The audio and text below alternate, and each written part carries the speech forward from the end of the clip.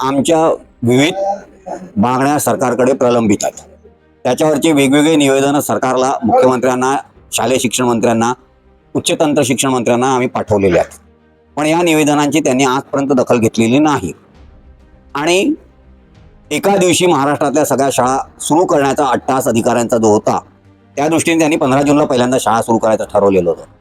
पण माझ्याच एका केसमध्ये आम्ही उच्च न्यायालयाचा निर्णय त्यांना दिलेला होता की विदर्भातल्या शाळा 26 जूनपर्यंत सुरू करायच्या नाही, असे आदेश माननीय उच्च न्यायालयाने दिले असतानाही आज 23 जूनला शाळा सुरू करण्याचा अट्टहास ते करतात आहे। पण आमच्या प्रलंबित मागण्यांबद्दल आमच्याशी जोपर्यंत ते बोलणार नाहीत तोपर्यंत आम्ही हा प्रवेशोत्सव होऊ देणार नाही।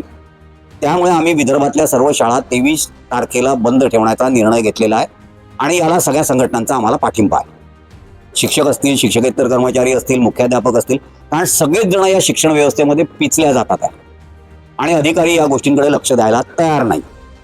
आणि अधिकारी तर आज एवढ्या पद्धतीने अधिकारी हे झालेले आहेत की ते माननीय मंत्र्यांचं, मुख्यमंत्र्यांचं ऐकत नाही।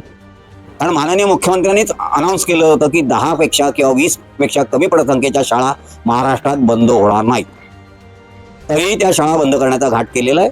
त्या शाळांची संचालनाने 0 शिक्षक दिलेले आहे। या शाळांमध्ये विद्यार्थी आहे पण त्या विद्यार्थ्यांना शिकवायला शिक्षक नाही अशी परिस्थिती आहे।